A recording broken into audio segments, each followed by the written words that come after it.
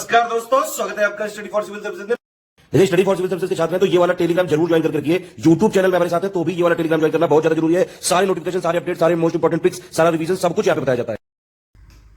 दोस्तों, इस video series के माध्यम से हम लोग पॉलिटी की लिस्टिंग देख रहे थे और कुछ आर्टिकल्स हमने पीछे देख रखे थे। वहाँ पे हमने फंडामेंटल राइट्स के बारे में देखा। अभी हमें देखना है directive principle of state policy, यानी आर्टिकल नंबर 36 से स्टार्ट करते हैं। और पहली वाली जो इसमें आर्टिकल आपको दिखाई दे रहा है यहाँ पे, इसमें परिभाषा दी हुई है, डिफिनीशन ऑफ स्टेट। ठीक, राज्य की परिभाषा यहाँ भी आपको दिखेगी और पीछे भी आपने देखी। इसके बाद 37 नंबर का जो आर्टिकल है, इसमें इस भाग के अंतर्विष्ट तत्वों का लागू होना, इस भाग में अंतर्विष्ट तत्वों का लागू होना यानी application of the directive principles, ये जो प्रावधान है ये आर्टिकल नंबर 37 के अंतर्गत आता है। इसके बाद आर्टिकल नंबर 38 को देखा जाए तो राज्य लोक कल्याण की अभिवृद्धि के लिए सामाजिक व्यवस्था बनाएगा। राज्य जो है वो लोक कल्याण को बढ़ावा देने के लिए, अभिवृद्धि का मतलब क्या होता है, बढ़ावा देना, तो बढ़ावा देने के लिए सामाजिक व्यवस्था को बनाएगा। इस प्रकार का ढांचा डेवलप करेगा कि लोगों का अधिक से अधिक उसमें लाभ हो, हित हो। और वही चीज़ यहाँ अंग्रेजी में है 38, state to secure a social order for the promotion of welfare of the people. Public welfare ये मेन पर्पज होना चाहिए, वही कहा गया है। इसके बाद 39 को देखिएगा, राज्य द्वारा अनुसरणीय कुछ नीति तत्व। राज्यों को ये जो DPSPs हैं ये पूरी तरह से कर्तव्य बोध कराने के उद्देश्य से बनाए गए और इन्हें राज्य चाहे तो लागू भी कर सकते हैं। अब यहाँ देखिए आर्टिकल नंबर 39 को आपने देखा, बातें बहुत अच्छी अच्छी कही गई हैं, लेकिन दिक्कत वही है कि ये बाध्यकारी नहीं है और बाध्यकारी नहीं होते हैं तो राज्य इसे अपने हिसाब से तोड़ मरोड़ लेते हैं। तो आर्टिकल नंबर 39 को आप देख रहे हैं, certain principle of policy to be followed by state, ये प्रावधान इसके अंतर्गत आता है। इसके बाद 39A या 39 क, जिसे आप नीचे देख पा रहे हैं, और इसमें यह कहा गया कि equal justice and free legal aid, मतलब समान न्याय और निःशुल्क विधिक सहायता। विधिक सहायता भी मायने रखती है, तो यहाँ दोनों चीज़ों का प्रावधान किया गया कि सभी को समान न्याय और निःशुल्क विधिक सहायता मिले ताकि न्याय तक हर आम आदमी की पहुँच हो और सभी लोग सुखी और संतुष्ट हों। इसके बाद ग्राम पंचायतों का संगठन, ये 40वें नंबर का आर्टिकल है, ऑर्गेनाइजेशन ऑफ विलेज पंचायत्स। 41 को देख लेते हैं, तो कुछ दशाओं में काम, शिक्षा और लोक सहायता पाने का अधिकार, right to work, to education and to public assistance in certain cases, यहाँ ये ध्यान दीजिएगा। इसके बाद आर्टिकल नंबर 42 को देखते हैं, तो आर्टिकल नंबर 42 में कहा गया कि काम की न्याय संगत और मानवोचित दशाओं तथा प्रसूति सहायता का उपबंध, मतलब provision for just and human condition of work and maternity relief. यहाँ पर ये प्रावधान जो है ये आर्टिकल नंबर 42 के अंतर्गत आते हैं। किस आर्टिकल में कौन सा प्रावधान है, और खासतौर पे नीति निर्देशक तत्व से तो आजकल बहुत सारे क्वेश्चन पूछे जा रहे हैं, तो इनके मामले में आपको सतर्क रहना है। इसके बाद आर्टिकल नंबर 43 को देखा जाए तो कर्मकारों के लिए निर्वाह मजदूरी आदि, मतलब लिविंग वेजेस जो दिया जाता है ये वर्कर्स के लिए है, तो उनके संबंध में जो प्रावधान है वो आर्टिकल नंबर 43 में दिखाई देता है। इसके बाद 43 क को देख लेते हैं, तो अनुच्छेद 43 का यहाँ पे है, उद्योगों के प्रबंध में कामगारों को या जो कर्मकार है उनको उनका भाग लेना। यहाँ पे आप देख पा रहे हैं उद्योगों के प्रबंध में कर्मकारों का भाग लेना, यानी participation of worker in management of industries, ये है आर्टिकल नंबर 43A या 43 क।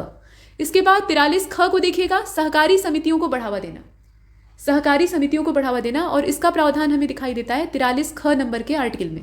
यानी यहाँ पर बात हो रही है आर्टिकल नंबर 43B की, और इसमें यह कहा गया है कि promotion of cooperative societies. Article number 44 को देखें, यानी 44वां, नागरिकों के लिए एक समान सिविल संहिता यानी uniform civil code for the citizens. इसके बाद आर्टिकल नंबर 45 को देखते हैं, तो provision for early childhood care and education to children below the age of 6 years, मतलब 6 वर्ष से नीचे के जो बच्चे हैं उनके लिए निःशुल्क और अनिवार्य शिक्षा का उपबंध, और ये है आर्टिकल नंबर 45। इसके बाद आर्टिकल नंबर 46 को देखते हैं, अनुसूचित जाति, अनुसूचित जनजाति तथा अन्य दुर्बल वर्गों की शिक्षा और अर्थ संबंधी हितों की अभिवृद्धि, मतलब उसमें बढ़ावा देना, उनके और हितों को पोषण देना, ये भी राज्य का ही कर्तव्य है, तो राज्य को कर्तव्य बोध कराया गया है। यहाँ पर आप देख रहे हैं, मतलब promotion of educational and economical interest of schedule caste, schedule tribe and other weaker section. इसके बाद आगे चलते हैं, यहाँ पर देखिएगा ये आर्टिकल नंबर 47 है, और इसमें कहा गया कि पोषाहार स्तर और जीवन स्तर को ऊंचा करने के लिए, पोषाहार स्तर मतलब क्या, यहाँ न्यूट्रिशन लेवल की बात हो रही है कि कुपोषण किसी व्यक्ति में न रहे, तो पोषाहार स्तर और जीवन स्तर दोनों को ऊंचा करने के लिए तथा लोक स्वास्थ्य को सुधारने के लिए राज्य के कर्तव्य का जो पूरा निर्वहन है या प्रावधान है उसके संबंध में वो यहाँ पर दिखाई देते हैं। ये DPSP का ही हिस्सा है, और यहाँ वही चीज़ अंग्रेजी में है, article number 47, duty of the state to raise the level of nutrition and standard of living and to improve public health. इसके बाद आर्टिकल नंबर 48 को देखा जाए तो कृषि और पशुपालन का संगठन मतलब organisation of agriculture and animal husbandry, ये है आर्टिकल नंबर 48।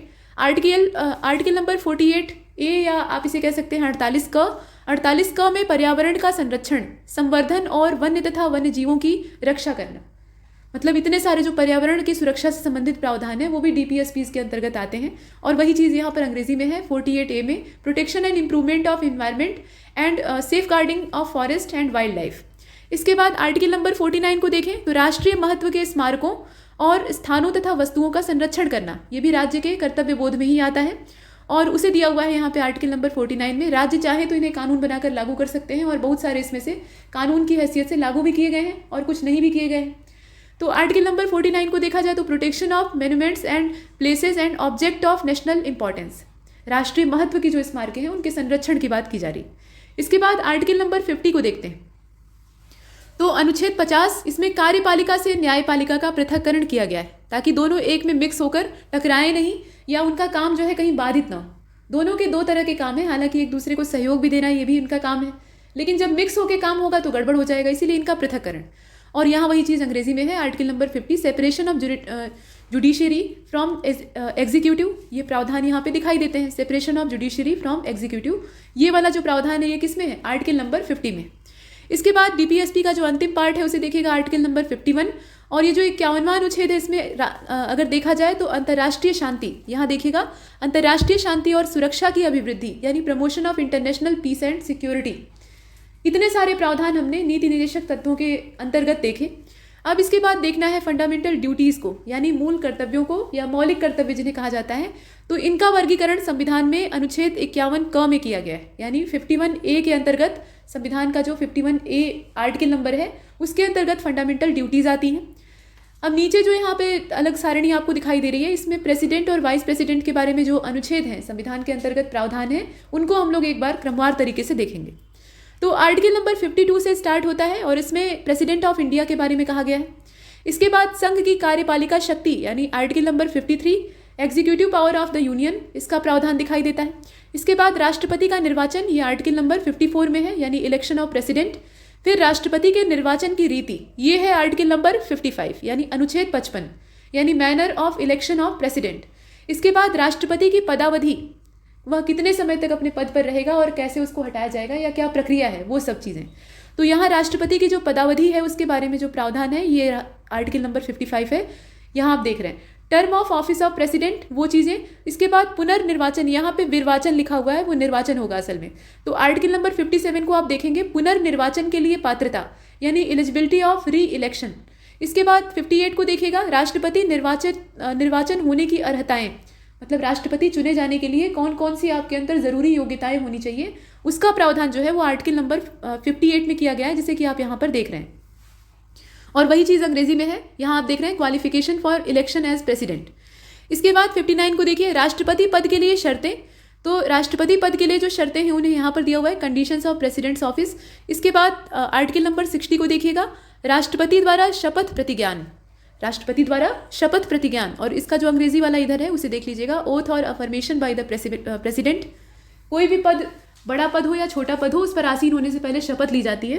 तो राष्ट्रपति की शपथ से संबंधित जो प्रावधान है वो अनुच्छेद 60 में दिखाई देते हैं। इसके बाद आर्टिकल नंबर 61 को देखेंगे, तो आर्टिकल नंबर 61 यहाँ पे है राष्ट्रपति पर महाभियोग चलाने की प्रक्रिया। किसी कारणवश अगर ऐसा लगता है कि वो अपने पद से अयोग्य सिद्ध हो गया है और संविधान का पूरी तरह से उल्लंघन कर रहा है, और भी बहुत सारे टर्म और कंडीशन होती है, तो उसके ऊपर महाभियोग का जो पूरा प्रोसेस है वो लग सकता है। तो राष्ट्रपति पर महाभियोग चलाने की प्रक्रिया, ये जो पूरा प्रावधान है ये आर्टिकल नंबर 61 में आता है, यहाँ वही चीज़ दी हुई है। उसके बाद आर्टिकल नंबर 62 को देखिएगा, राष्ट्रपति के पद में रिक्ति को भरने के लिए निर्वाचन करने का समय। और आकस्मिक रिक्ति अगर हो जाती है, मान लीजिए बाई चांस समय से पहले ही किसी कारणवश पद जो है वो खाली हो जाता है, तो वहाँ पर भरने के लिए निर्वाचित व्यक्ति की जो पदावधि है वो कैसी होगी, उसके संबंध में जो प्रावधान है वो आर्टिकल नंबर 62 में दिखाई देते हैं। यहाँ आप उसके अंग्रेजी वर्जन को देख रहे हैं, time of holding election to fill vacancy in the office of president and term of office of person elected to fill casual vacancy. इसके बाद आर्टिकल नंबर 63 को देखिएगा, यहाँ तक हमने राष्ट्रपति के बारे में देखा। अब इसके बाद यहाँ से स्टार्ट होता है वाइस प्रेसिडेंट, यानी आर्टिकल नंबर 63वां जो अनुच्छेद है, भारत का उपराष्ट्रपति। भारत में एक वाइस प्रेसिडेंट की जो नियुक्ति है उसका प्रावधान दिखाई देता है। तो the vice president of India, ये है आर्टिकल नंबर 63। उसके बाद आर्टिकल नंबर 64 को देखा जाए तो इसमें उपराष्ट्रपति का राज्यसभा का पदेन सभापति होना, ये जो प्रावधान है ये आर्टिकल नंबर 64 में दिखाई देता है। इसे आप यहाँ पर देख पा रहे हैं। The vice president to be ex officio chairman of the council of state. इसके बाद आर्टिकल नंबर 65 को देखेगा, राष्ट्रपति के पद में आकस्मिक रिक्ति हो जाने के दौरान उसकी अनुपस्थिति में, मतलब दोनों चीज़ें हैं, मतलब पद जो है वो अकस्मात रिक्त हो जाता है या राष्ट्रपति किसी कारणवश अनुपस्थित है, तो ऐसी स्थिति में उपराष्ट्रपति कुछ समय के लिए, निर्धारित समय के लिए उस कार्यकाल को संभालेगा या उस पद को संभालेगा। उपराष्ट्रपति का राष्ट्रपति के रूप में काम करना या उसके कृत्यों का निर्वहन करना, ये जो प्रावधान है ये किस में है? आर्टिकल नंबर 65 में है। इसके बाद आर्टिकल नंबर 66 को अगर देखा जाए तो इसमें उपराष्ट्रपति का निर्वाचन यानी इलेक्शन ऑफ वाइस प्रेसिडेंट का प्रावधान है, और वाइस प्रेसिडेंट का जो टर्म ऑफ ऑफिस है यानी पदावधि उसकी कितनी होगी, उसका जो प्रावधान है वो आर्टिकल नंबर 67 में है। उसके बाद आर्टिकल नंबर 68 को अगर देखा जाए तो उपराष्ट्रपति के पद में रिक्ति को भरने के लिए निर्वाचन करने का जो समय निर्धारित है उसके बारे में प्रावधान दिखाई देता है। और साथ ही साथ अगर आकस्मिक रिक्ति हो जाती है, भाई अकस्मात ही पद खाली हो जाता है, तो उस कंडीशन में क्या किया जाएगा उसका प्रावधान दिखाई देता है। उसके बाद आर्टिकल नंबर 69, इसमें अगर देखा जाए तो उपराष्ट्रपति द्वारा शपथ या प्रतिज्ञान, ये जो पूरा मैटर है वो इसके अंतर्गत वर्गीकृत है, मतलब ओथ और affirmation by the vice president. इसके बाद नीचे 70वें नंबर का आर्टिकल आप यहाँ पर देख पा रहे हैं, और इसमें ये कहा गया है कि अन्य आकस्मिकताओं में राष्ट्रपति के कृत्यों का निर्वहन, मतलब 2 आकस्मिकता या इमरजेंसी जो है वो तो आपने पीछे देखी ही, उसके अलावा कोई अनदर होती है तो भी जो उपराष्ट्रपति होता है वो राष्ट्रपति के पद पर कैसे निर्वहन कर सकता है या कैसे उसे संभाल सकता है, उसके प्रावधान यहाँ पर दिए हुए। इसके बाद आगे चलते हैं, आर्टिकल नंबर 71 जो कि अंग्रेजी वर्जन में ऊपर ही दिया हुआ है लेकिन हिंदी वाला इसका नीचे है, उसको देख लेते हैं। तो देखिए आर्टिकल नंबर 71 में राष्ट्रपति या उपराष्ट्रपति के निर्वाचन से संबंधित संशक्त विषय, मतलब इसमें जो विषय हैं वो कैसे हैं, ये अगर देखा जाए इसे यहाँ पे देख लीजिए, मैटर रिलेटिंग टू और connected with the election of president और वाइस प्रेसिडेंट, मतलब यहाँ पे उनके निर्वाचन से संबंधित जो प्रावधान है वो दिखाई देते हैं। इसके बाद आर्टिकल नंबर 72 को देखते हैं। तो आर्टिकल नंबर 72 में क्षमा आदि और कुछ मामलों में दंडादेश जो है उसके निलंबन से संबंधित या परिहार या लघुकरण की जो राष्ट्रपति की शक्तियाँ हैं, जो उसकी पावर्स हैं, उसके बारे में प्रावधान यहाँ पर दिखाई देते हैं। मतलब किसी मृत्युदंड या कोई इस प्रकार की जो बड़ी सजा है उसके संबंध में उसे छोटा करना या कम करना या परिवर्तित करना, इससे संबंधित जो प्रेसिडेंट का राइट है उसके बारे में प्रावधान यहाँ से दिखते हैं। और लास्ट में आप देख रहे हैं आर्टिकल नंबर 73 जिसमें कि ये कहा गया है कि संघ की कार्यपालिका शक्ति का विस्तार यानी extent of executive power of the union, इसका प्रावधान यहाँ पर दिखता है।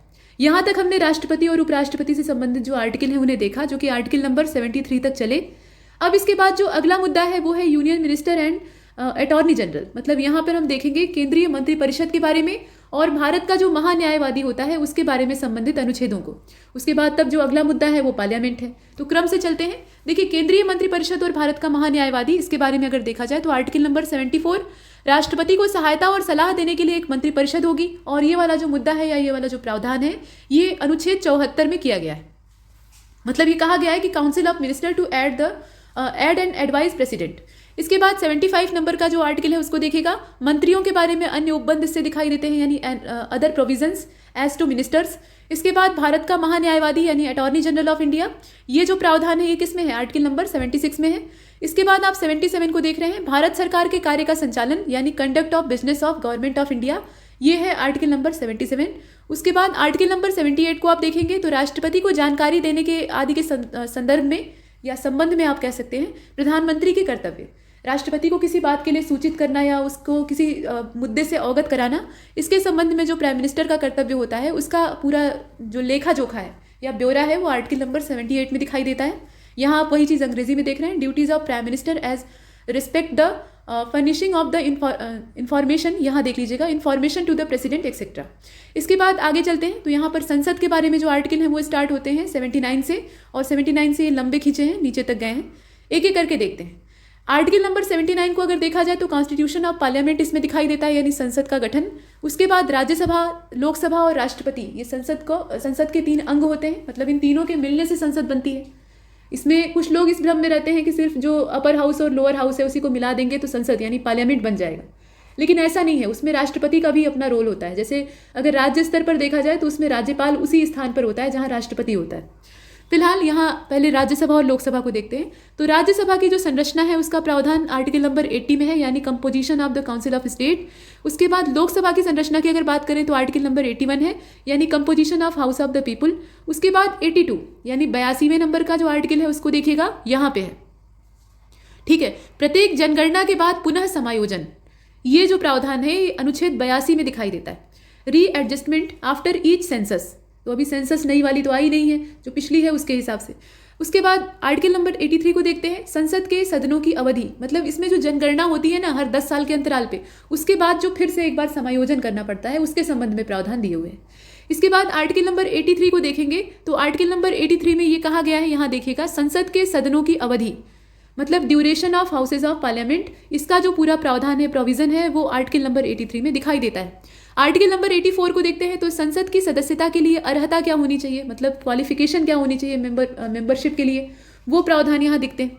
इसके बाद संसद के सत्र का सत्रावसान, विघटन आदि जो सिस्टम है या फंडा है, वो सारा आर्टिकल नंबर 85 के अंतर्गत दिखाई देता है, यानी सेशन ऑफ पार्लियामेंट। इसके अलावा progression and dissolution of parliament, मतलब ये सब चीज़ें इसमें दी हुई हैं।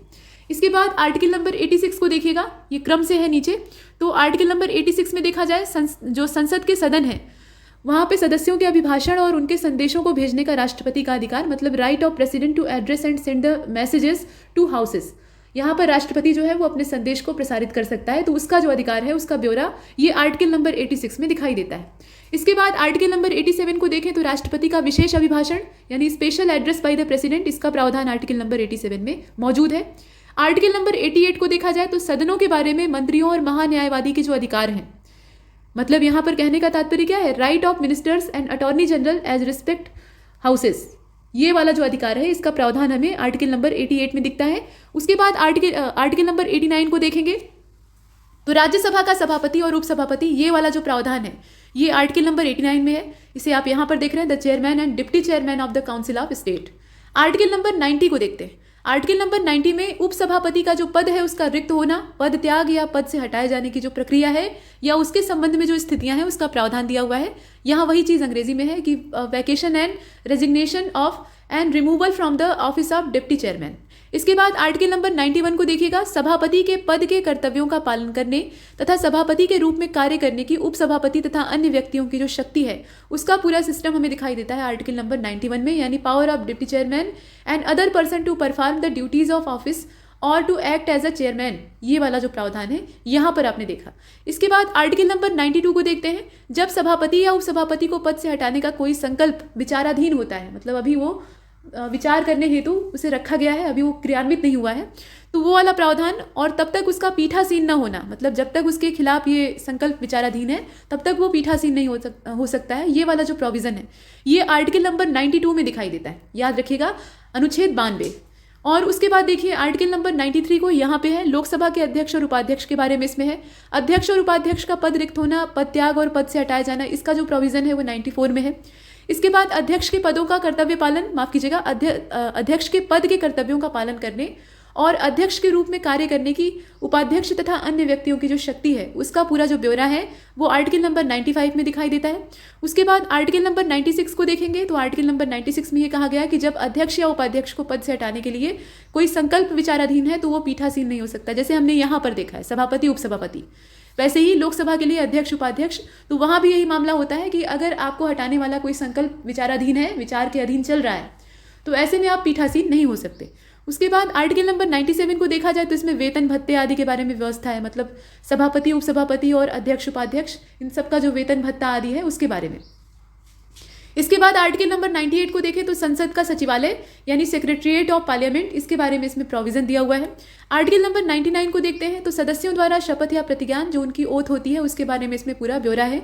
इसके बाद आर्टिकल नंबर 100 को देखिएगा, यहाँ पे है, इसमें यह कहा गया कि सदनों में मतदान रिक्तियों के होते हुए भी सदनों की कार्यवाही को सदन की कार्य करने की शक्ति या कार्यवाही करने की शक्ति और गणपूर्ति जो कोरम होता है, मतलब इतनी जो संख्या है वो रहेगी तभी सदन की कार्यवाही हो सकती है, बैठक हो सकती है, अदरवाइज नहीं। तो वो जो गढ़ पूर्ति वाला पूरा मामला है या पूरे प्रोविज़न है वो आर्टिकल नंबर 100 में दिए हुए। इसके बाद 101 को देखें तो स्थानों का रिक्त होना इसमें दिया हुआ है। उसके बाद आर्टिकल नंबर 102 को देखिएगा, इसमें डिस्क्वालिफिकेशन फॉर मेंबरशिप यानी सदस्यों की निरर्हताएं, मतलब किस आधार पे वो डिस्क्वालिफाइड हो जाएंगे या डिस्क्वालिफाइड माने जाएंगे। उसके बाद आर्टिकल नंबर 103 यानी 103वें नंबर का जो अनुच्छेद है उसके बारे में बात हो रही है। सदस्यों की निरर्हताओं से संबंधित जो प्रश्न है उन पर विनिश्चय, ये वाला पूरा सिस्टम, यानी decision on question as to disqualification of members यहाँ पर देखिएगा। और उसके बाद आर्टिकल नंबर 104 को यहाँ पे देखिए, एक क्रम से थोड़ा सा नहीं है, ये ऊपर नीचे हो गया, जैसे हिंदी वाला यहाँ पे है तो अंग्रेजी वाला यहाँ दिया है, तो आप थोड़ा दाएं बाएं करके देख लीजिएगा। देखिए आर्टिकल नंबर 104 को देखें तो अनुच्छेद 99 के अधीन, जो पीछे हमने 99 नंबर का आर्टिकल देखा है, उसके अधीन शपथ लेने या प्रतिज्ञान करने से पहले या निरअर्हित किए जाने से पहले बैठने और मत देने की शास्ति, ये जो प्रावधान है वो इसके अंतर्गत दिखाई देते हैं। कहने का मतलब ये है कि यहाँ पे penalty for sitting and voting before making oath और अफर्मेशन अंडर आर्टिकल 99 और व्हेन नॉट क्वालिफाइड और व्हेन डिसक्वालिफाइड, मतलब यहाँ पे जो पेनाल्टी लगाई जाती है इस प्रकार से नियमों के उल्लंघन करने पर, उससे संबंधित जो प्रावधान है वो 104 में दिए हुए। इसके बाद आगे चलते हैं। यहाँ जो शब्द हैं हिंदी वाले वो थोड़े से क्लिष्ट हैं, तो उनका जो अंग्रेजी वर्जन है उसे देख लीजिएगा। इसके बाद आर्टिकल नंबर 105 की बात की जा रही है, तो संसद के सदनों की तथा उसके सदस्यों और समितियों की शक्ति और विशेषाधिकार आदि के बारे में इसमें ब्यौरा दिया गया है। तो ये वाला है 105, power privileges etcetera of the house of parliament and of the member and committees thereof. इसके बाद आर्टिकल नंबर 106 को देखिए, तो सदस्यों के वेतन और भत्ते का प्रावधान इसमें दिखाई देता है। सैलरी और जो अलाउंसेज हैं मेंबर्स के, उनका इसमें पूरा सिस्टम दिया हुआ है। इसके बाद आर्टिकल नंबर 107 को देखेंगे। आर्टिकल नंबर 107 को देखिएगा, विधेयक के पुनर्स्थापन और पारित किए जाने के संबंध में इसमें प्रावधान दिखाई देते हैं, और वो चीज़ यहाँ नीचे अंग्रेजी में दी हुई है जिसमें कि आप देख रहे हैं provision as to introduction and passing of bills. इसके बाद 108 को देखिए, आर्टिकल नंबर 108 या 108, इसमें कुछ दशाओं में दोनों सदनों की जो संयुक्त बैठक आयोजित की जाती है उसके बारे में प्रोविजन दिया हुआ है। Joint sitting of both houses in certain cases, मतभेद की स्थितियों में प्रायः ऐसा होता है। उसके बाद 109, धन विधेयक के संबंध में विशेष प्रक्रिया, कोई जो बिल है वो मनी बिल है अथवा नहीं, ये सब डिक्लेयर करने की बात, और उसके संबंध में जो विशेष प्रक्रिया है तो इसके बारे में दिया हुआ है, special procedure in respect to या रिस्पेक्ट ऑफ मनी बिल्स। इसके बाद 110, धन विधेयक की इसमें परिभाषा दी हुई है, मतलब कोई भी जो बिल है वो मनी बिल होगा अथवा नहीं, इसका फैसला कैसे होगा, कौन करेगा, इन सब के बारे में, और जो डिफिनीशन है वो सब इसमें दिया हुआ है। तो धन विधेयक की परिभाषा, डिफिनीशन ऑफ मनी बिल, ये हमने देखा 110 को। 111 को देखिएगा, विधेयक पर अनुमति यानी एसेंट टू द बिल, ये वाला सिस्टम है, मतलब ये 111वें में वर्गीकृत है। उसके बाद 112वां जो अनुच्छेद है वो क्या कहता है तो आप जानते ही हैं। यहाँ पर वार्षिक वित्तीय विवरण यानी एनुअल फाइनेंशियल जो स्टेटमेंट है, जिसे कि आमतौर पे हम लोग बोलचाल की भाषा में बजट कहते हैं, बजट जारी होगा, और ये वार्षिक बजट है, भारत सरकार का बजट है या प्रदेश सरकार का बजट है। लेकिन बजट जैसा जो शब्द है वो कॉन्स्टिट्यूशन में कहीं नहीं है। इंडियन कॉन्स्टिट्यूशन में बजट शब्द का इस्तेमाल नहीं किया गया है, उसकी जगह पे वार्षिक वित्तीय विवरण यानी लेखे जोखे का ब्यौरा प्राप्त होता है। तो ये 112वां है। उसके बाद आर्टिकल नंबर 113 को देखिएगा, संसद में प्राक्कलनों के संबंध में प्रक्रिया यानी procedure in parliament with respect to estimates. इसके बाद 114 को देखिए, विनियोग विधेयक के बारे में बात हो रही है, तो विनियोग विधेयक यानी एप्रोप्रिएशन बिल जो है उसके संबंध में जो प्रावधान है वो 114 यानी 114वें अनुच्छेद में वर्गीकृत है। उसके बाद आर्टिकल नंबर 115 यानी 115वां, इसमें अनुपूरक अतिरिक्त और जो अधिक अनुदान है उसके संबंध में प्रोविजन दिए हुए यहाँ पे, मतलब यहाँ आप देख लीजिए, इसका जो 115वां है supplementary additional and excess grants.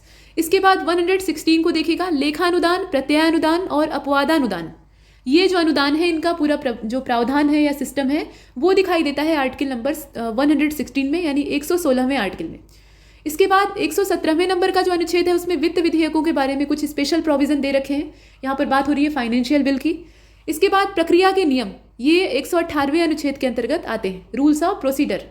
इसके बाद 119 को देखिएगा, एक क्रम से ये चल रहा है तो एक के बाद एक आ रहे हैं।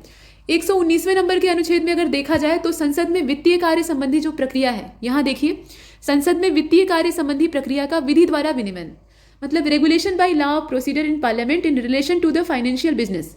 इसके बाद 120 को देखिए, यहाँ पे तो संसद में प्रयोग की जाने वाली भाषा का पूरा ब्यौरा या उसके बारे में जो प्रावधान प्रोविजन है वो दे रखे हैं, language to be use in parliament. इसके बाद 121 यानी 121वें नंबर का आर्टिकल, संसद में चर्चा पर निबंधन यानी restriction on discussion in parliament, ये जो प्रोविज़न है ये 121 में दिखता है। 122 को अगर आप देखें तो इसमें न्यायालयों द्वारा संसद की कार्यवाहियों की जांच न किया जाना, ये वाला जो प्रावधान है, मतलब court not to inquire into proceeding of parliament. इसके बाद 123 लास्ट देखेंगे, उसके बाद तब सुप्रीम कोर्ट वाला जो मामला है वो आ जाएगा। 123 को अगर देखा जाए तो संसद के विश्रांति काल में अध्यादेश प्रख्यापित करने की राष्ट्रपति की जो पावर है उसका ब्यौरा इसमें प्राप्त होता है। मतलब power of president to promulgate ordinance during the recess of parliament, मतलब पार्लियामेंट का जो रेसेस है वो चल रहा है तो उसमें भी राष्ट्रपति जो है वो अध्यादेश जारी करने की शक्ति रखता है या अध्यादेश प्रख्यापित करने की शक्ति रखता है। यहाँ तक हमने देखा और उसके बाद तब स्टार्ट होता है ये 123 तक आर्टिकल को कवर करने के बाद यहाँ से स्टार्ट होता है सुप्रीम कोर्ट नीचे, और 124 से ये चलेगा कंटिन्यूअसली। इसमें हम लोग देखेंगे उच्चतम न्यायालय की स्थापना और गठन का जो पूरा प्रोविजन है वो कहाँ पे हुआ है। उसके अलावा इसमें न्यायाधीशों का वेतन, कानून बनाने की शक्ति, उनकी नियुक्ति, उसके लिए अर्हता, इन सब का प्रावधान कौन कौन से आर्टिकल में कहाँ पर किया गया है वो सब हम देखने का प्रयास करेंगे। लेकिन इस लेक्चर में इतना ही, और तब तक के लिए नमस्कार।